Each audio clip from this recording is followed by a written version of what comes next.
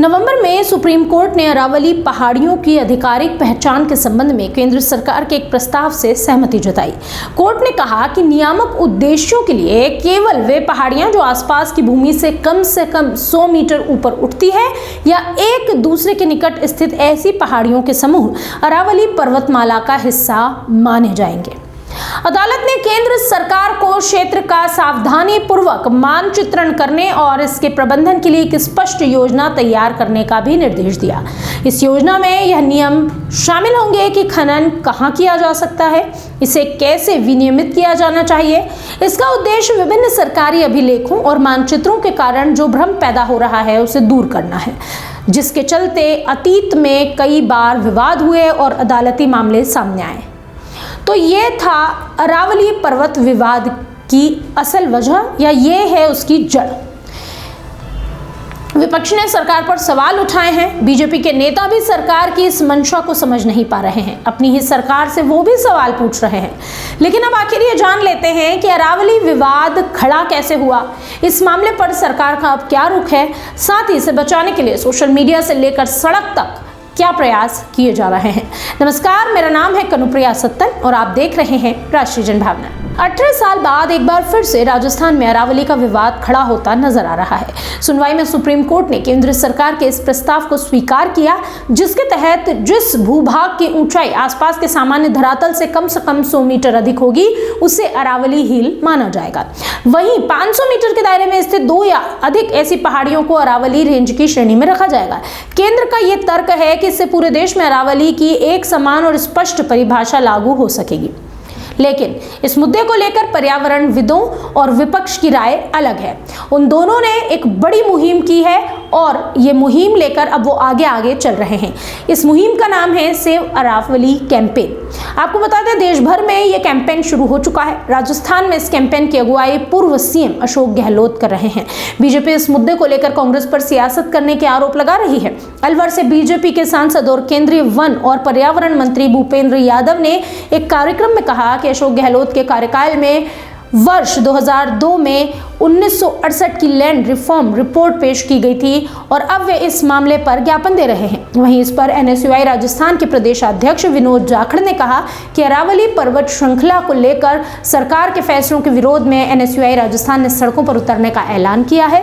संगठन की ओर से 26 दिसंबर को सुबह 11 बजे जयपुर में अरावली बचाओ पैदल मार्च आयोजित किया जाएगा और ये मार्च शहीद स्मारक पुलिस कमिश्नरेट से शुरू होगा, कलेक्ट्रेट सर्कल तक जाएगा। पर्यावरण संरक्षण में लगे संगठनों और विपक्ष का कहना है कि अरावली की करीब 80 से 90% पहाड़ियां 100 मीटर से कम ऊंचाई की है, जिससे वहां खनन और निर्माण गतिविधियों के रास्ते खुल सकते हैं। अब हम ये भी जान लेते हैं कि आखिर ये जो हंगामा हो रहा है ये क्यों हो रहा है। अरावली पर्वतमाला ऐसा क्या महत्वपूर्ण उसका दायित्व है या उसका क्या रोल है, उसका महत्व क्या है, आइए ये भी जानते हैं। दरअसल अरावली को लेकर पर्यावरण विशेषज्ञों का मानना है कि पर्वतमाला का महत्व उसकी ऊंचाई में नहीं है बल्कि उसके कार्यों में है। ये पर्वतमाला एक प्राकृतिक जल संग्रहण प्रणाली की तरह काम करती है, जहां इनकी पथरीली संरचना वर्षा के पानी को धीरे धीरे भूमिगत रिसने देती है और जल भंडारों को भर देती है। ये जल भंडार राजस्थान के कई कस्बों और दिल्ली, गुरुग्राम, फरीदाबाद, अलवर जैसे बड़े बड़े शहरों को पानी की आपूर्ति करते हैं। यानी आप इस बात से समझ सकते हैं कि सिर्फ राजस्थान नहीं बल्कि कई राज्य इससे प्रभावित हो रहे हैं। लगभग 4 राज्यों को यह प्रभावित करेगा। अध्ययनों में यह भी पता चला है कि बड़े पैमाने पर खनन और पर्वतमाला की कटाई से प्रक्रिया बाधित होती है, जिससे भूजल का दीर्घकालिक नुकसान होगा। अरावली पर्वतमालाएं थार रेगिस्तान के पूर्वी भारत की ओर फैलने की गति को धीमा करने में भी सहायक है। वैज्ञानिकों का ऐसा मानना है कि अगर पर्वतमाला को नुकसान पहुंचाना जारी रहा तो मरुस्थलीकरण और बढ़ सकता है। साथ ही इंडो गंगा के मैदान में धूल भरी आंधी और भीषण गर्मी भी बढ़ेगी। विशेषज्ञों का तो यह भी कहना है कि अरावली सिर्फ ऊंचाई का विषय नहीं बल्कि संपूर्ण पारिस्थितिक तंत्र है। सरकार और तकनीकी अध्ययनों के अनुसार राजस्थान में मौजूद अरावली की करीब 90% पहाड़ियां 100 मीटर की ऊंचाई की शर्त पूरी नहीं करती। इसका मतलब यह हुआ कि राज्य को केवल 8 से 10% पहाड़ियां ही कानूनी रूप से अरावली मानी जाएगी, जबकि बाकी बची 90% पहाड़ियां संरक्षण कानूनों से बाहर हो सकती है। और यही वजह है कि 90% पहाड़ियाँ इससे बाहर होगी, यानी सरकार यहाँ पर विकास करना चाहती है, इसलिए ये मुद्दा बड़ा है क्योंकि अरावली का सबसे ज़्यादा हिस्सा यहीं से होकर गुजरता है। अरावली की छोटी और मध्यम ऊंचाई की पहाड़ियाँ वर्षा जल को रोकने, भूजल रिचार्ज करने, धूल भरी आंधियों को थामने और थार रेगिस्तान के फैलाव को रोकने में भी बहुत ज़्यादा अहम भूमिका निभाती है।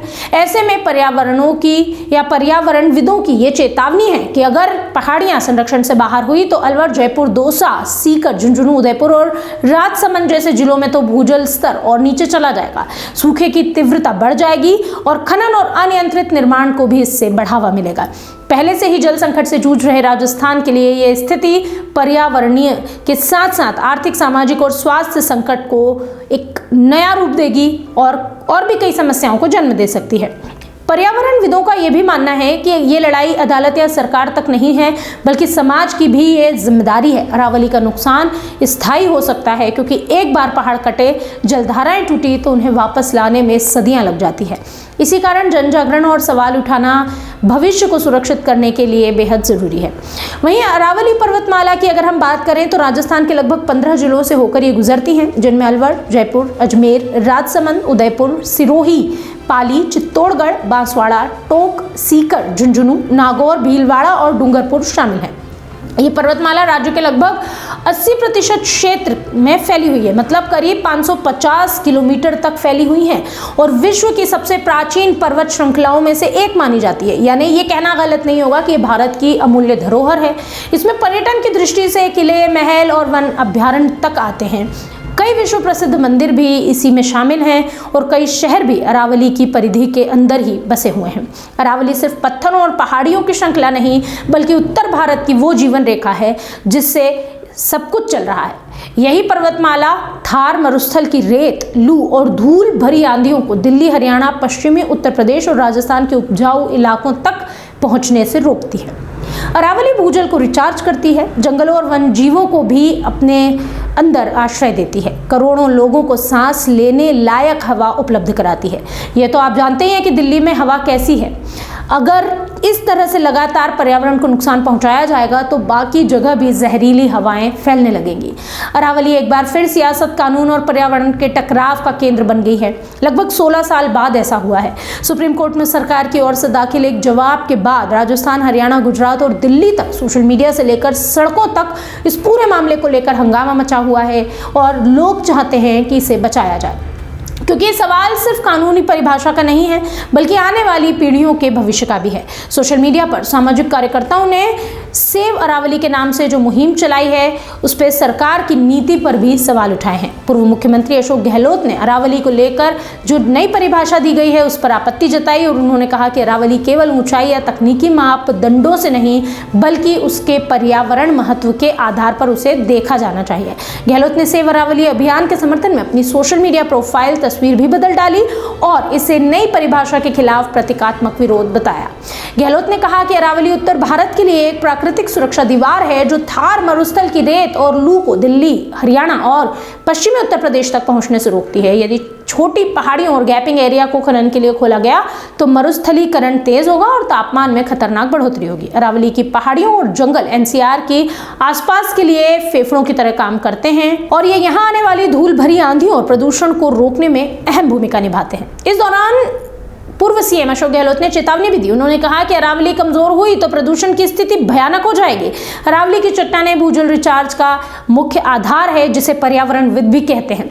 पहाड़ खत्म होने का मतलब यह है कि आने वाले समय में पीने के पानी की गंभीर किल्लत होगी, वन्य जीवों का लुप्त होना एक बड़ी समस्या बनेगी और पूरी पारिस्थितिक व्यवस्था का संतुलन बिगड़ जाएगा।